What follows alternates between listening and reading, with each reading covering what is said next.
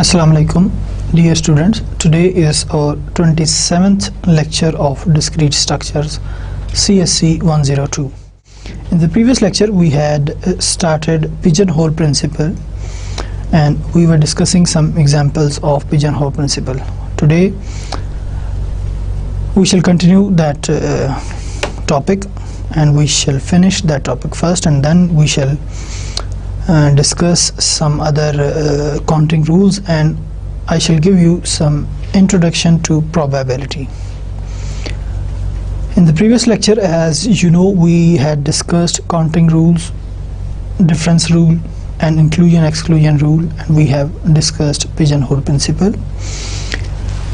The generalized whole principle we had not discussed due to the shortage of time. Today we shall first discuss it, and then we shall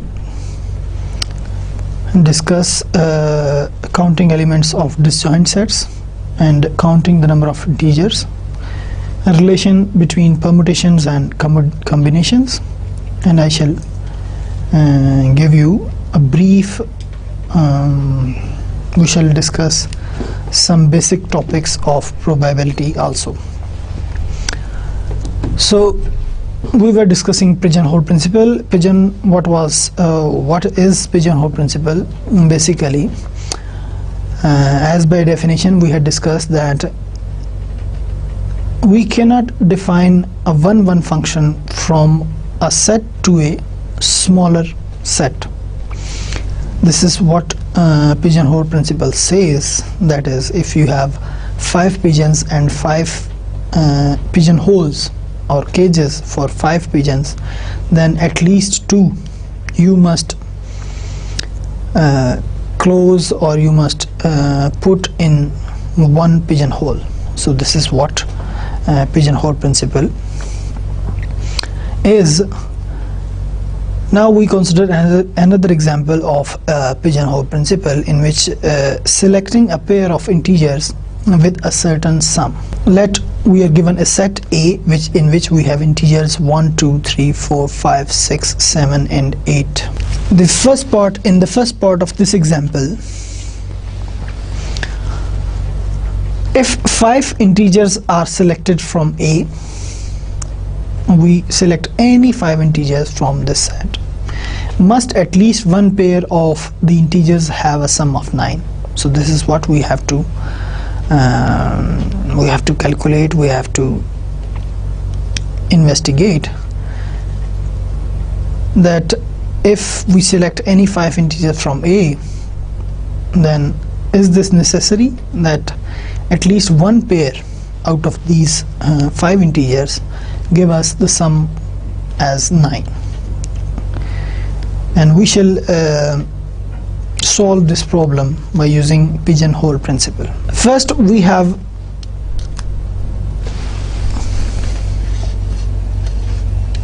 calculated, or we have partitioned the set A systematically, so that in the first subset of this set A we put 1 and 8, the first and last integer.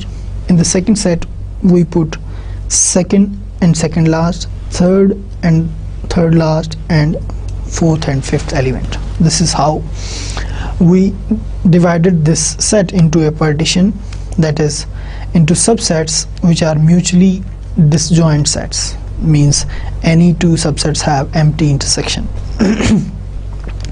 So partition the set A into the following 4 disjoint subsets. Now observe that each of the integers in A occurs in exactly one of the 4 subsets, and that sum of the integers in each subset is 9. Thus, if 5 integers from A are chosen, then by the pigeonhole principle 2 must be from the same subset. If you choose any 5, for example the first 5, 1, 2, 3, 4, 5, then 1 belongs to first set, 2 belongs to second set, 3 belongs to third set, 4 and 5 belongs to the same fourth set. Now the pair 4, 5, which is in the same set, has the sum 9. That is, we have 5 integers and 4 subsets. the domain set has 5 elements, and codomain set have 4 elements. So by using pigeonhole principle, 2 must belongs to the same set, and if the 2 belongs to same set, for example 4 5, then the sum of 4 5 is 9. So the answer to the first part A is yes, that is there must be at least one pair of integers which have sum of 9. Now in the B part, if 4 integers are selected from A, must at least one pair of the integers have a sum of 9? Then obviously no, because in the domain set you have 4 elements, in the codomain set you have 4 elements, that is 4 subsets of A. Now if you choose 4 elements in set A, then each element can belong to different subset, so their sum may not be 9. So this is basically a picture of the first part. In this we have 5 elements and 4 sets, so it is necessary that 2 of these 5 elements must belong to the same subset. In the B part, the answer is no. You can see this is the case where the pigeonhole principle doesn't apply. We cannot apply because the domain set contains 4 elements, codomain set contains 4 elements. So the domain set here doesn't contain more elements than the codomain set, therefore we cannot apply here pigeonhole principle, because in pigeonhole principle the domain set must be larger than the codomain set. So this was another application or example of the pigeonhole principle. Now we see what is the generalized pigeonhole principle. For any function f from a finite set x with n elements to a finite set y with m elements, and for any positive integer k, if k is less than n divided by m, then there is some y belongs to the codomain set y, such that y is image of at least k plus 1 distinct elements of x. Here obviously m must be greater than n. If n is less than n, then k is basically some decimal number, and this there must be some problem. So here it is obvious that n is greater than m. So in generalized whole principle, we define a function from set x to y, and the set x contains n elements, y set contains m elements, and there must be at least one element in the set codomain set y. It is any y, it could be any element, such that it is the image of k plus 1 elements in the set x. So this is what the pigeonhole principle. For example, show how the generalized pigeonhole principle implies that in a group of 85 people, at least 4 must have the same last initial. So in the set x, you have 84 people, means you have 85 persons, 1 2 3 up to so on, up to 84 and 85.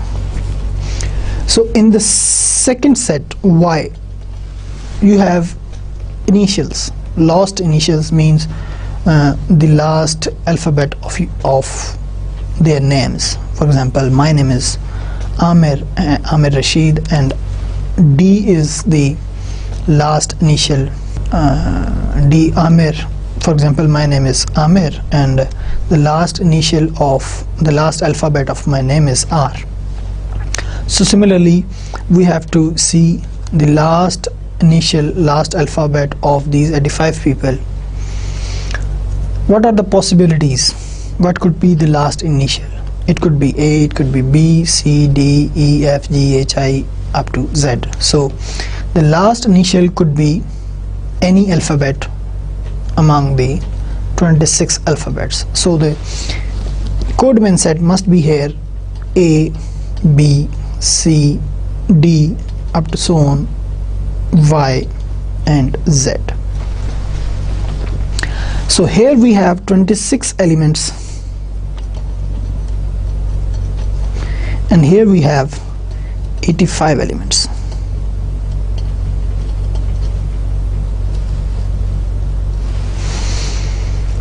Now by using, and we have to apply the generalized pigeonhole principle, and we have to show that at least 4 must have same last initials, means that there must be some initial here, for example C, whose pre-image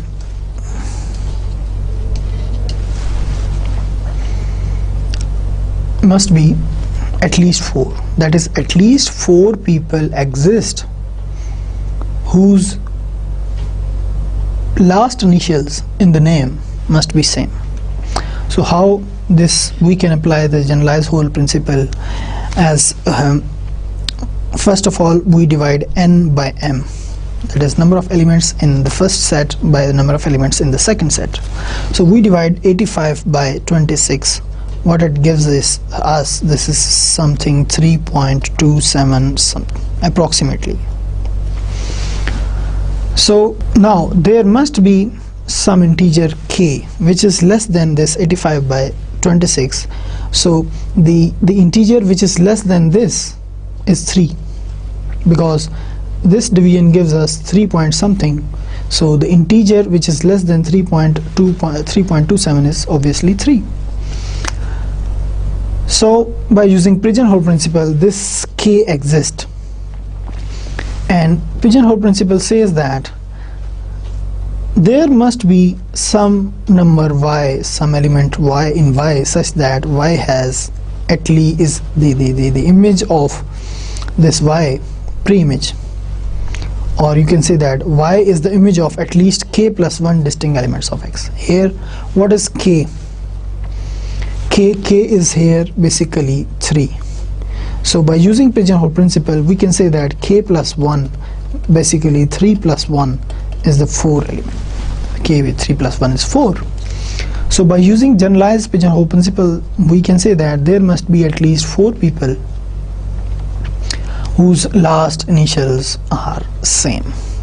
So this is how we can apply generalized pigeonhole principle. So graphically, or we can draw an arrow diagram, as we have constructed the arrow diagrams in functions and relations, and we can obviously see that there must be at least 4 elements here which have same image. For example, this x2, x3, x4 and x19, x anything, it have same initials. So this is what we can apply generalized pigeonhole principle to calculate, to approximate, to evaluate, to solve such type of problems. Next is basically we shall discuss here, in the previous lecture we have discussed combinations and permutations. In this lecture or here we shall discuss what is basically the difference between permutations and combinations.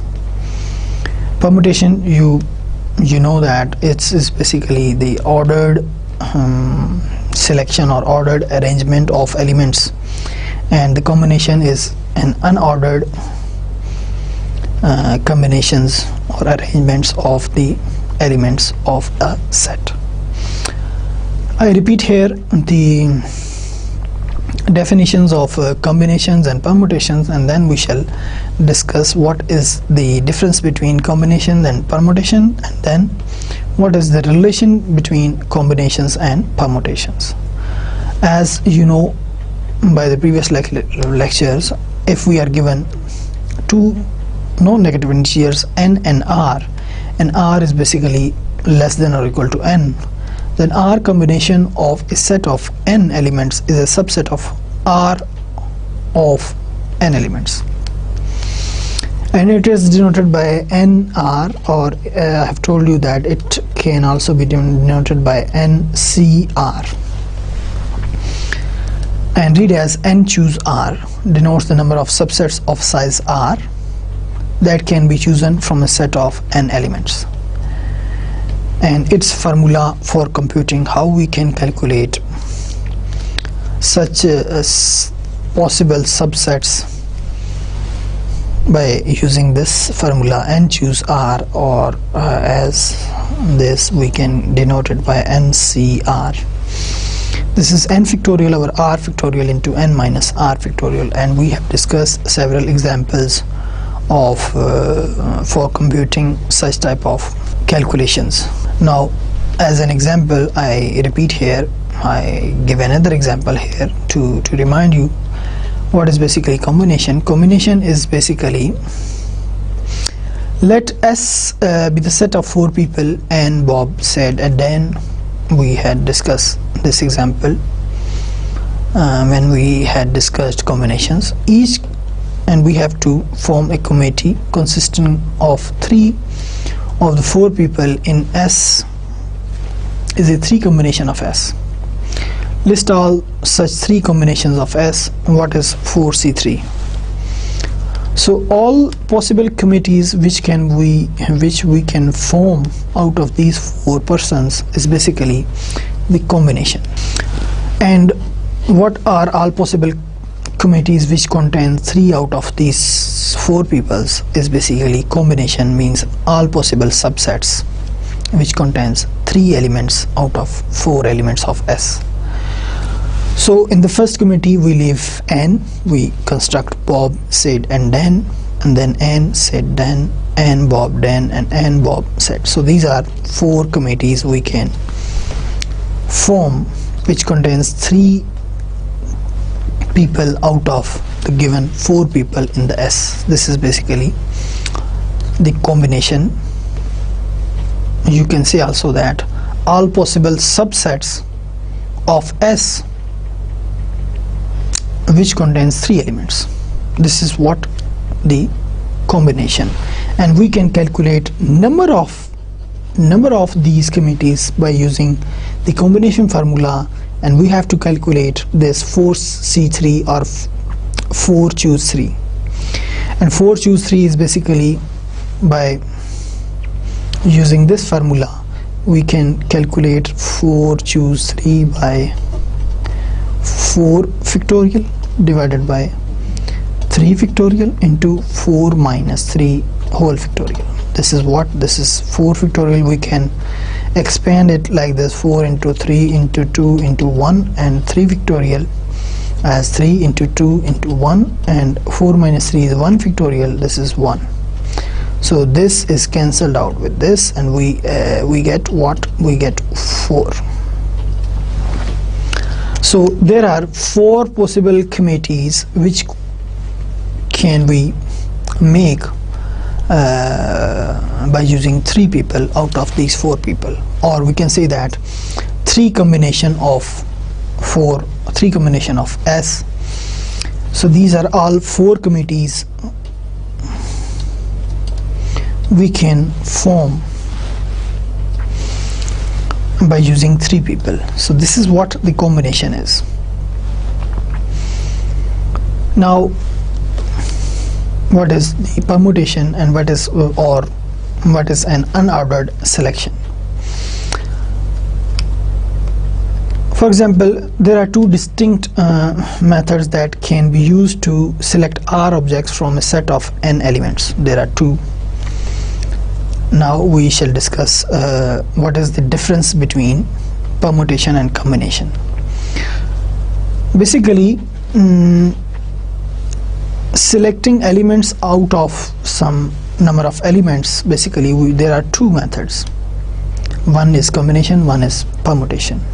Combination is basically an unordered selection in which order doesn't matter, and permutation, the order does matter. Similar, that's why we can say combination is basically an unordered selection. In here we can write Bob at the end, Dan at the first, or Sid at the first, Bob at the end. The order of these people doesn't matter. In combination, order of the elements doesn't matter in the combination. For example, in combination, the set Dan, Bob or Sid, this set is equivalent or same as this set. We have changed the orders here, then we have put at the first position, Bob at the second, and this Sid at the third position. Now in combination, the order is not important. That's why this is called unordered selection. But in permutation, order is important. For example, if we have to choose R objects out of n objects, if we have to choose R objects out of n objects, then there are two distinct methods. One is the ordered selection, one is unordered selection. And if we have to choose R objects in an ordered selection out of n elements, this is called basically R permutation.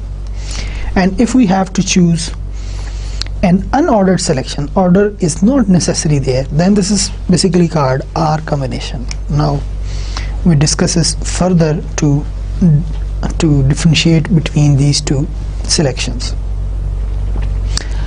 For example, here I have given you an example of the combination in which we have to select 3 elements out of any 3 elements out of 4 elements in which the order is not necessary. Then we can form 4 such type of selections. Now again, another example of combination of unordered selection. How many unordered selection of 2 elements can be made from the set this? How many unordered selection of 2 elements can be made from this set? Unordered selection means combinations. We have to choose 2 elements out of 4 elements, so this 4C2 or 4 choose 2 is basically 4 factorial over 2 factorial into 4 minus 2 factorial. This is, I have used here combination. This is 4 into 3 into 2 into 1, and this is denominator 2 into 1 into 2 into 1. So 2 cancel, 2 2's are 4 3's are 6. So there are 6 unordered selections of 2 elements out of these 4 elements. So we can choose it as 0 1 0 2 0 3 1 2 1 3 2 3. Now here the order is not necessary. 1 0 1 is equivalent to 1 0, means this set is equal to this set. Order is not necessary. Here also 0 2 is equal to 2 0. Order is, because order is not necessary. So such type of selection is called basically unordered selection. And now we move to the ordered selection. Write all 2 permutations of the set 0 1 2 3. Find an equation relating the number of 2 permutations P42 and the number of 2 combinations 4C2, and solve this equation for 4C2. Now the number of 2 permutations of the set this is basically P42, which is equal to 12. How? Because we have to, P42 is what? This is 4 factorial over 2 factorial. 4 minus 2 is 2. So this is basically 4 into 3 into 2 into 1 over 2 into 1, 2 into 1, 2 into 1. Cancel, 4 3's are 12. So there must be 12 ordered selection of 2 elements out of 4 elements, where the order is important. If the order is not important, then 4C2 is 6. If the order is important, then 4P2 is 12. Now how to construct 2 permutations of that is the permutations of 2 elements out of these 4 elements. So there is a process of we can use the combinations, the selection of combinations, and then we order those selections to get the number of permutations which is required. For example, in the previous example, these were the 6 unordered selection of 2 elements out of 4 elements. Now if we arrange these selections by considering the order, this will give us the 2 permutations. For example, here the first step is choose a subset of 2 elements from this. Choose all possible subsets of 2 elements out of these 4 elements, as we have done in the combinations. These are the 6 possible subsets which contains 2 elements out of the 4 elements 0, 1, 2, 3. Now in these subsets, choose an order for the 2 element subset. Now we choose the order. For example, here write the 2 combinations of this, the 2 combinations of this basically 6, which are 0, 1, 0, 2, 0, 3, 1, 2, 1, 3, 2, 3, as we have written here. These are all the possible subsets which contains 2 elements of this set. Now we write them with respect to the order. We write them as 0, 1, we write them as 1, 0. Now here the order is important, because both these subsets will be included in the 2 permutations, because here we have 0, 1, here we have 1, 0.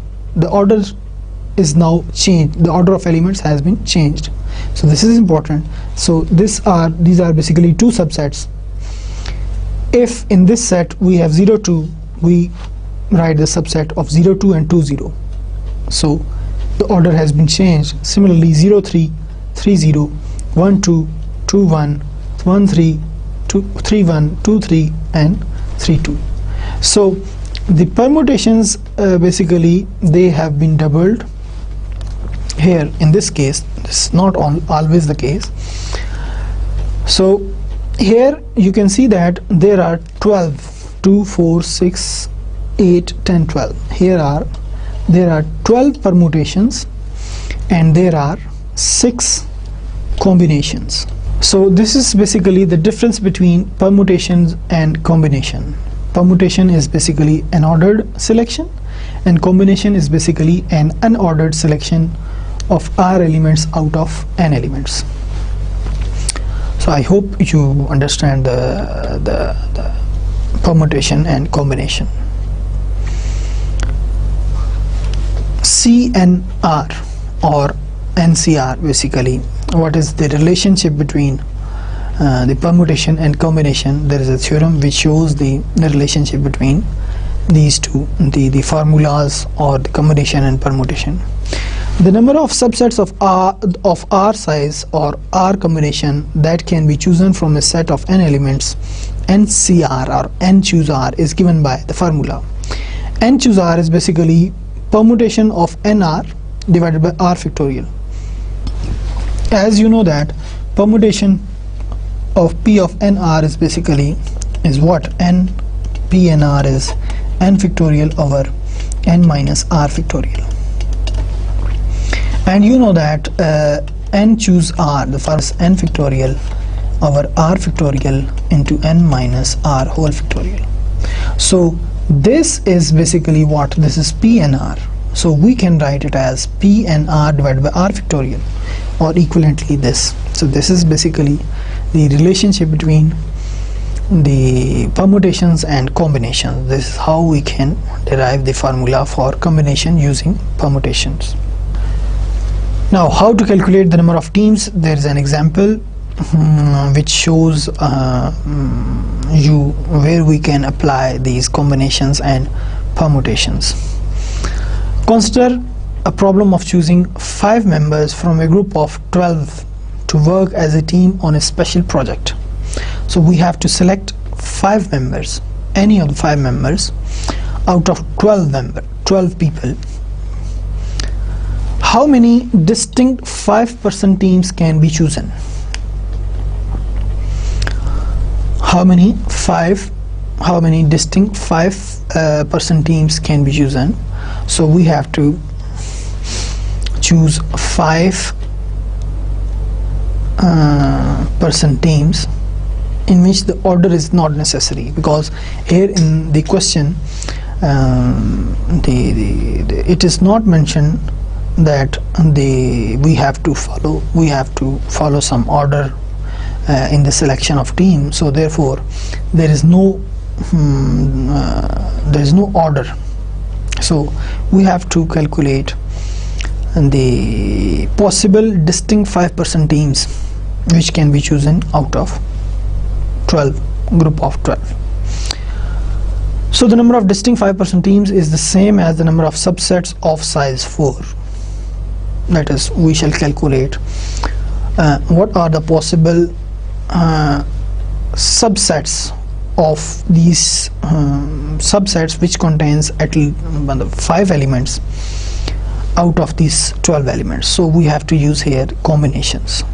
So 12 choose 5 is basically 12 factorial over 5 factorial into 12 minus 5 factorial, and we have to calculate, we have to simplify this, and we can calculate that 792 are the possible distinct 5% teams. Now here, what is basically distinct 5% teams? Distinct, two sets are distinct if all their elements are not same. If at least one of the elements in any two sets is not same, then we can say that these two sets are distinct. Whereas the disjoint sets means that their intersection is empty. That is, if we have two sets A, 1, 2, 3, and B is 2, 3, 4, then these two sets are distinct because at least one element, this and this, are not common in these two sets, are not same. So these sets are not equal. That is, they are not equal means they are distinct. But A intersection B is not empty. So these two sets are not disjoint. Disjoint sets are those sets whose intersection is empty. So this is, you have to remember here what is the difference between distinct and disjoint sets. So we can choose 792 distinct 5% teams out of 12 persons. This is how we can apply the combinations to solve such type of problems. Next, how to select teams with members of two types. We have to if in a group of 12 people, the 5 are men and 7 are women, then in total they are 12 people. Now we have to choose teams in some different types, in first part, how many 5% teams can be chosen that consist of 3 men and 2 women. So how to choose such type of teams? So first, this type of problems we shall tackle by using this process. The step 1 is choose the men, choose women. So what are the possible ways we can choose 3 men out of, how many are the men? 5 men. How many are the women? 7 women. So we have to choose 3 men and 2 women. 3 men out of 5 men and 2 women out of 7 women. So 5C3, here again the order is not important. We don't have to care about the order of the men, that is, this man should come here, this man should come at the second place. No, the order is not important. Again, we have to, we shall use here to calculate the number of possibilities here by using combinations. So there are 5C3 or 5 choose 3 ways to choose the 3 men out of 5 men, and 7 choose 2 or 7C3 ways to choose the 2 women out of the 7. Hence, by using the product rule, number of teams of 5 that contain 3 men and 2 women is basically the product of these two, 5 choose 3 and 5 choose 2. So we simplify it and we get that 210 teams can be selected in which there must be 3 men and 2 women. Any of 2 women out of 7, any of 3 men out of 5 men. Now in second part, how many 5-person teams contain at least 1 man? At least 1 man. How we can tackle this problem? This is basically number of teams with at least 1 man. Basically it's total number of teams of 5, which we had calculated here, 12C5, 792. Now at least 1 man, we have to subtract the number of teams of 5 that do not contain any men, which is 7C5, because these are the number of possible teams which contains all women 5 out of 7, and these are the teams which contains any 5. So when we subtract this from this, we can get the number of teams which has at least 1 man. So we can see this by in another way, that is teams which contain 1 man is basically 5C1, 7C4, because if 1 is man, 4 must be the woman. The teams which contain 2 men are basically 5C2 and 7C3. These, if we simplify this, we get 350. The teams with 3 men is 5C3 and 7C2, so 2, if 3 are men, 2 must be women. Similarly, we can calculate this, teams with 4 men, 5C4, 7C1, and teams with 5 men, 5C5 and 7C0, which is 1 team. So if we add up all these numbers, we get the same number as we have obtained here. So we can calculate it by another way, using this way.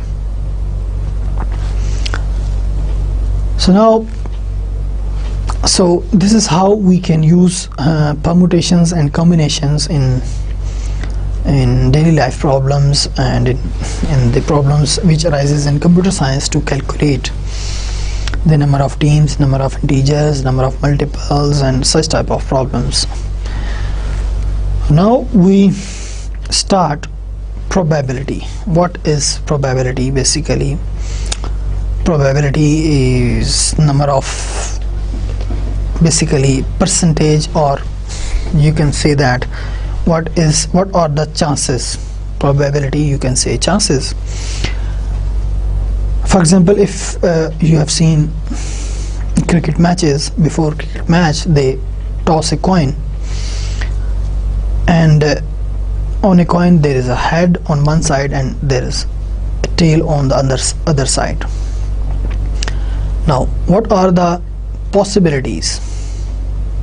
Either head comes or tail comes.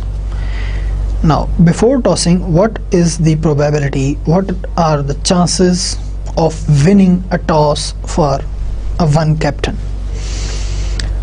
If there are 2 captains, for example 1 and 2nd, now before tossing, what are the chances for one captain to win a toss?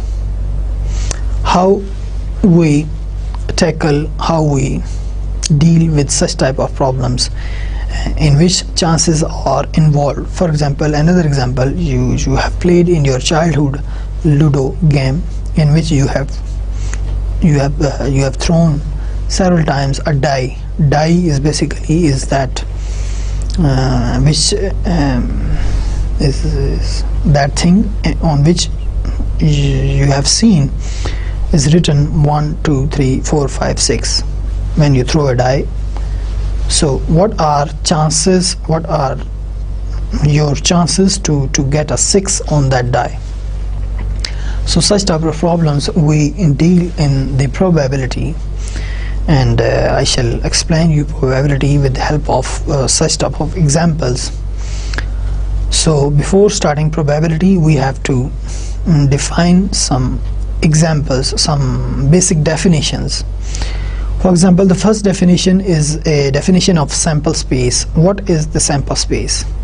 A sample space is a set of all possible outcomes of a random process or experiment. What is random process? Basically, when you throw a die, the outcome could be 1, 2, 3, 4, 5, 6, because on a die there are only 6 possibilities. So one time it could the outcome could be 2, the other time outcome could be 5, outcome could be 3, 1, 6, anything. So such type of process in which you cannot tell the outcome is basically called a random process or an experiment.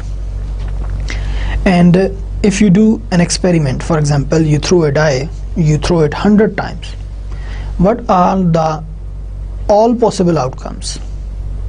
Means on a die it can appear 1, 2, 3, 4, 5 or 6. No other number can appear on a die. So the all possible outcomes of the die is basically the sample space, that is the sample space of this experiment.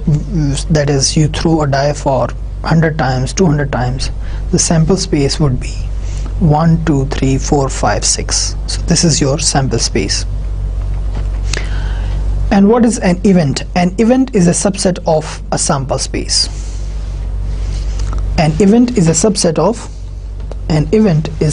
of that sample space. For example, if you throw a die, the sample space is A is equal to, for example, A is the set which contains all possible outcomes of throwing that die. That this is basically sample space, and it is usually denoted by S. So we denote it by S here, 1, 2, 3, 4, 5, 6. So this is a sample space for the experiment of throwing a die. And what is the sample space for throwing a coin? Is basically S is equal to head, tail. There are only 2 possible outcomes when you throw a coin. Either it comes head or it appears tail on that coin. So now event is basically any subset of that sample space. It could be denoted by any letter, capital letter A, B, C. So 2, 4 is basically an event. That is, when you throw 2 times a die, it appears 2 one time, and the other time it appears 4 on that die. So this is basically an event. So the next definition is equally likely probability formula. If S is a finite sample space in which all outcomes are equally likely. So what does it mean here, equally likely? Equally likely means the chances to appear an outcome is equal for all possible outcomes of that experiment.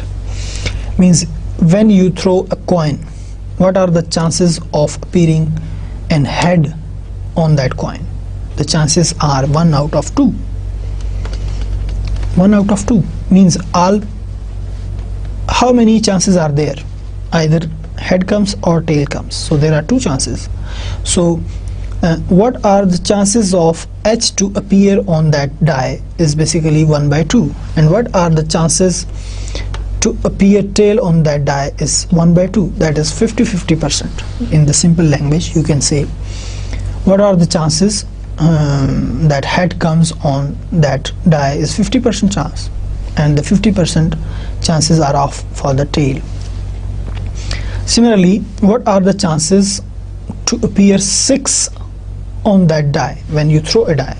Is basically 1 out of 6. The total chances are 6, and the chances of appearing 6 on that die is 1 out of 6. What are the chances of appearing 5 on that die is also again 1 by 6. what are the chances to appear 4 on the die is 1 out of 6, as the chances of the occurrence of each sample point in this experiment is same. Here 50% of coming head, of coming tail is 50%. Here of coming 1, 2, 3, 4, 5, 6 on that die is the chances of pairing any digit on that die is equally likely. This is equally likely, that is their chances are same of all outcomes. So such type of experiment or random processes are called basically equally likely. So if S is the finite sample space and E is an event in S, then the probability of E, denoted P of E, capital P of capital E, is basically the number of outcomes in E divided by the number of outcomes in S. If we denote n of A by the number of elements in A, then we can write this formula as n of E divided by n of S. So this is basically equally likely probability formula. For example, we had discussed a typical pin example when we had discussed the permutation, combinations and multiplication rule. A typical pin P personal identification number is the sequence of any 4 symbols chosen from 26 letters in the alphabet and the 10 digits with repetition allowed. If all pins are equally likely, means their chances to appear are same. What is the probability that a pin chosen at random contains no repeated symbol? So there are basically 1, 4, 1, 3, 7, 2, 0 pins with no repeated symbol. You can see this number. How we can obtain this number, we have discussed this in the previous lecture by watching some previous lectures, 25th and 26th lecture. You can understand how we can write this number 1413720 pins with no repeated symbol, and there are this number of pins in the total. So thus the probability that a pin chosen at random contains no repeated symbol is this number divided by this number, which is this. That is, in other words, we can say that if we multiply this by 100, we can obtain the percentage. Approximately 84% of the pins have no repeated symbols. These are the chances, basically 0.84, 84% chances that we get a pin who have no repeated symbol.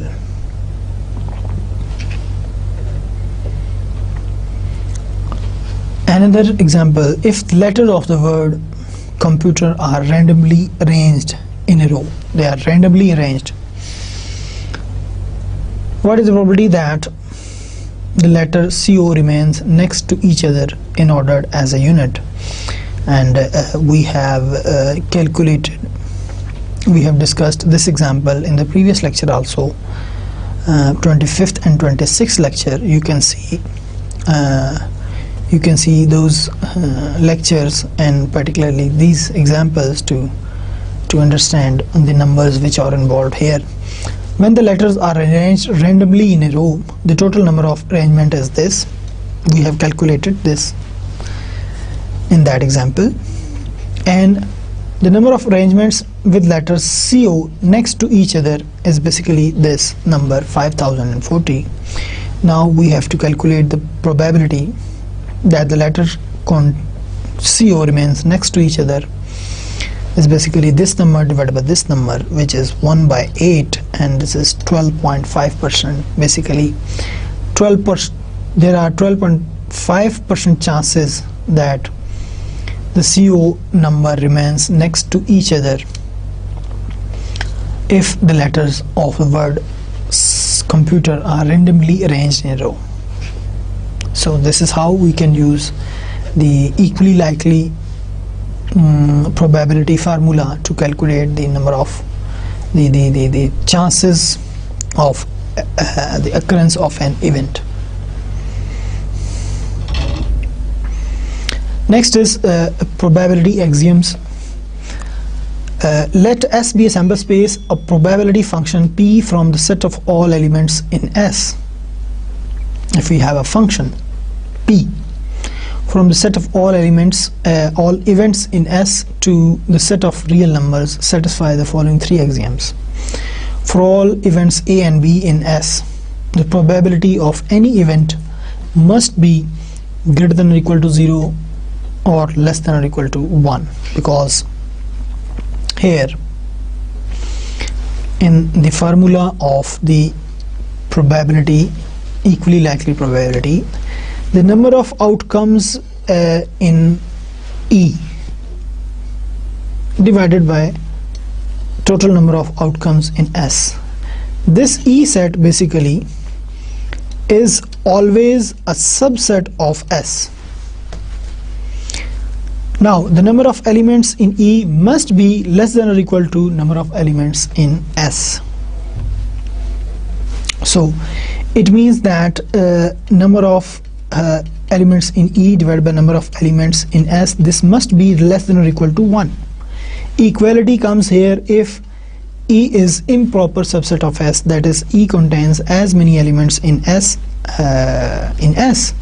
then for example E contains 4 elements and S contains 4 elements, then 4 divided by 4, this must become this is 1. If E contains less elements than S, then for example E have 3 elements, then 3 by 4, this must be less than 1, and this probability must be greater than or equal to 0. Why? So E could be empty here. If E is empty, then according to this formula we have 0 divided by number of elements in S, for example 4, then 0 out of 4 is 0. So this 0 is possible to come as a probability, but this probability cannot be less than 0, because this probability formula is basically the number of elements in E and number of elements in S. It depends on this. Now E could be empty, but S cannot be empty, and these are basically finite sets, and in finite sets the number of elements is basically a positive integer, and if we divide two integers which are either 0 or 0 only in the numerator and divided by a positive integer, we cannot get a number which is less than 0. So here we can conclude that the probability of any event which is subset of the sample space must be greater than or equal to 0 and less than or equal to 1. So this is the first axiom of the probability. 2 is probability of empty set. I have told you that this must be 0. If the event is empty, then it contains 0 elements, and divided by if the S set contains n elements, then it is 0. So probability of the empty set is always 0, and probability of S, if we take E equal to S, the event equal to S, then number of element in S divided by number of elements in S, this must be same, so we get 1. So P of S is always 1. So this is basically the second axiom of the probability. If A and B are disjoint means they're empty, their intersection is empty, and distinct means they are not equal. That is, if intersection of A and B is empty, then probability of union of A and B is basically P of A union B is equal to P of A plus P of B. This is the third axiom of the probability. Now we take a simple example to see what is basically how we can interpret these axioms of the probability. Suppose that A and B are events in a sample space S. If A and B are disjoint, could could P of A is equal to 0.6 and P of B is equal to 0.8? Is this possible? No. Probability axiom 3 would imply here P of A union B is basically P of A, P of B is equal to this equal to 1.4. Now A union B is an event. A union B is an event. We suppose this is E. Now probability of E is equal to probability of A union B, which is 1.4. And we have discussed here that probability of any event must be greater than or equal to 0, less than or equal to 1. But this probability is greater than or equal to 1. Greater than 1, not equal to 1. This is simply greater than 1. So this is not possible. So we can say that these probabilities are not possible. So this is how we can use the axiom of probability to draw the conclusions. Now the probability of the complement of an event. If A is any event in a sample space S, then probability of A complement is equal to probability of 1 minus probability of A.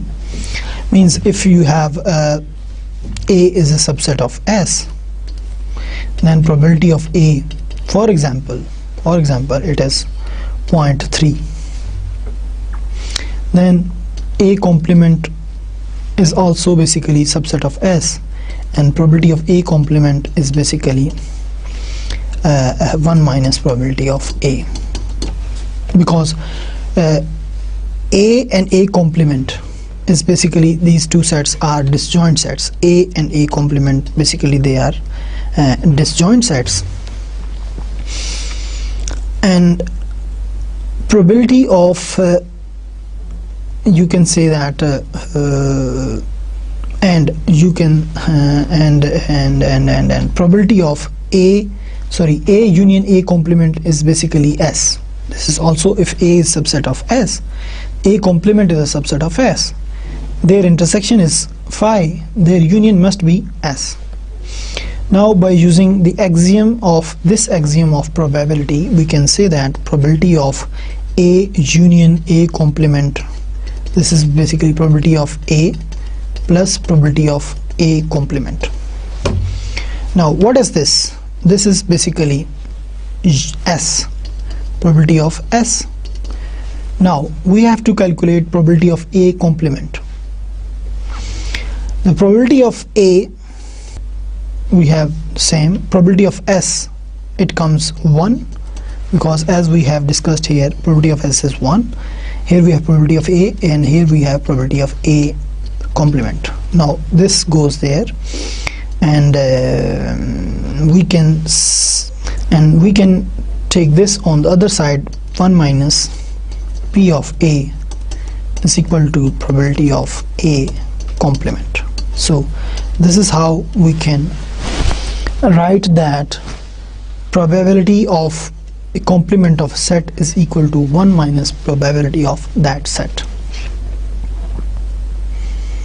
So for today it's enough. Until the next lecture, Allah Hafiz.